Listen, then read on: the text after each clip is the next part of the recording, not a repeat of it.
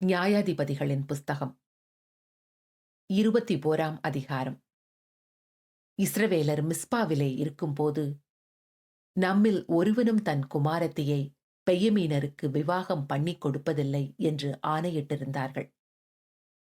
ஆகையால் ஜனங்கள் தேவனுடைய வீட்டிற்குப் போய், அங்கே தேவ சந்நிதியில் சாயங்கால மட்டும் இருந்து, சத்தமிட்டு மிகவும் அழுது, இஸ்ரவேலின் தேவனாகிய கர்த்தாவே, இன்று இஸ்ரவேலில் ஒரு கோத்திரம் குறைந்து போகத்தக்கதாக இஸ்ரவேலில் இந்த காரியம் நேரிட்டது என்ன என்றார்கள்.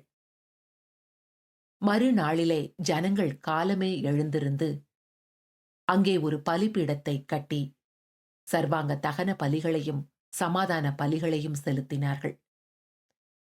கர்த்தருடைய சந்நிதியில் மிஸ்பாவுக்கு வராதவன் நிச்சயமாய் கொலை செய்யப்பட கடவன் என்று அவர்கள் பெரிய ஆணையிட்டிருந்தபடியால் இஸ்ரவேல் புத்திரர் கர்த்தருடைய சந்நிதியில் சபை கூடின போது இஸ்ரவேலருடைய எல்லா கோத்திரங்களிலுமிருந்து வராதே போனவர்கள் யார் என்று விசாரித்தார்கள். இஸ்ரவேல் புத்திரர் தங்கள் சகோதரராகிய பெயமீனரை நினைத்து மனஸ்தாபப்பட்டு, இன்று இஸ்ரவேலில் ஒரு கோத்திரம் அறுப்புண்டு போயிற்றே, மீந்திருப்பவர்களுக்கு மனைவிகள் கிடைக்கும்படி நாம் அவர்களுக்காக என்ன செய்யலாம்? நம்முடைய குமாரத்திகளில் ஒருத்தியையும் அவர்களுக்கு கொடுப்பதில்லை என்று நாம் கர்த்தர் மேல் ஆணையிட்டுக் கொண்டோமே. இஸ்ரவேலின் கோத்திரங்களில் மிஸ்பாவிலே கர்த்தருடைய சந்நிதியில் வராதே போன யாதொருவர் உண்டோ என்று விசாரித்தார்கள். அப்பொழுது கீலேயாத்திலுள்ள யாபேசின் மனுஷரில் ஒருவரும் பாளையத்தில் சபை கூடினபோது வரவில்லை.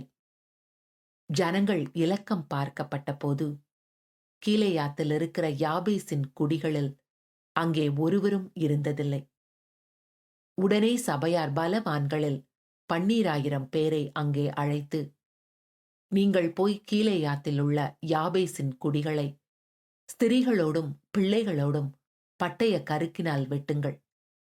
சகல ஆண் பிள்ளைகளையும் புருஷரை அறிந்த சகல பெண் பிள்ளைகளையும் சங்கரிக்க கடவீர்கள் என்று அவர்களுக்கு கட்டளையிட்டு அனுப்பினார்கள். இவர்கள் கீலேயாத்தில் உள்ள யாபேசின் குடிகளிடத்திலே புருஷரை அறியாத 400 கன்னி பெண்களை கண்டுபிடித்து அவர்களை கானான் தேசமான சீலோவில் இருக்கிற பாளையத்திற்கு கொண்டு வந்தார்கள்.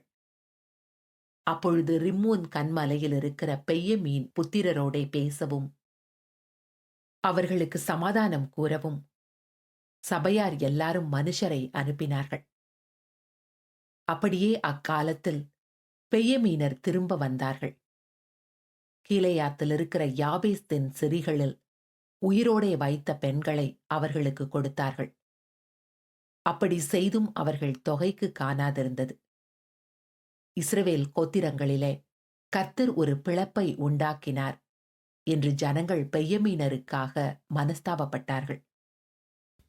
பெயமீன் கோத்திர ஸ்திரீகள் அழிந்தபடியினாலே மீதியான மற்ற பேர்களுக்கும் மனைவிகள் கிடைக்கும்படி என்ன செய்யலாம் என்று சபையின் மூப்பரானவர்கள் கேட்டு, இஸ்ரவேலில் ஒரு கோத்திரம் நிர்மூலமாகாதபடிக்கு தப்பினவர்களுடைய சுதந்திரம் பெயமீனுக்கு இருக்க வேண்டுமே.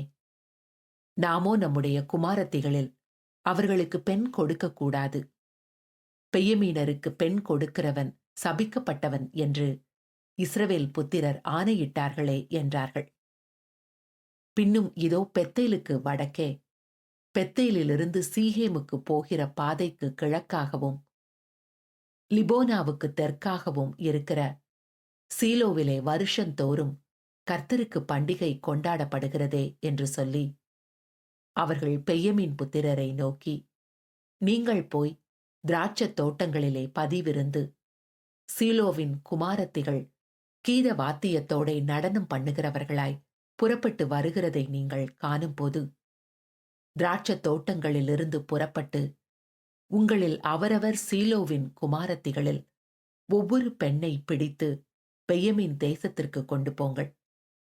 அவர்களுடைய தகப்பன்மாரிலும் சகோதரரிலும் எங்களிடத்தில் முறையிட வரும்போது நாங்கள் அவர்களை நோக்கி, எங்கள் நிமித்தம் அவர்களுக்கு தயவு செய்யுங்கள், நாங்கள் யுத்தம் பண்ணி அவனவனுக்கு மனைவியை வாங்கிக் கொடுக்கவில்லை.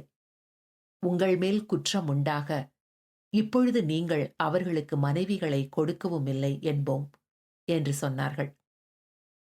பெயமின் புத்திரர் அப்படியே செய்து நடனம் பண்ணுகிறவர்களிலே தங்கள் தொகைக்கு சரியான பெண்களை மனைவிகளாக பிடித்துக்கொண்டு தங்கள் சுதந்திரத்திற்கு திரும்பி போய் பட்டணங்களை புதுப்பித்து கட்டி அவைகளில் குடியிருந்தார்கள். இஸ்ரவேல் புத்திரரும் அக்காலத்திலே அவ்விடம் விட்டு அவரவர் தங்கள் கோத்திரத்துக்கும் தங்கள் குடும்பத்துக்கும் போய் அவரவர் தங்கள் சுதந்திரத்தில் சேர்ந்தார்கள். அந்நாட்களிலே இஸ்ரவேலில் ராஜா இல்லை. அவனவன் தன் தன் பார்வைக்கு சரி போனபடி செய்து வந்தான்.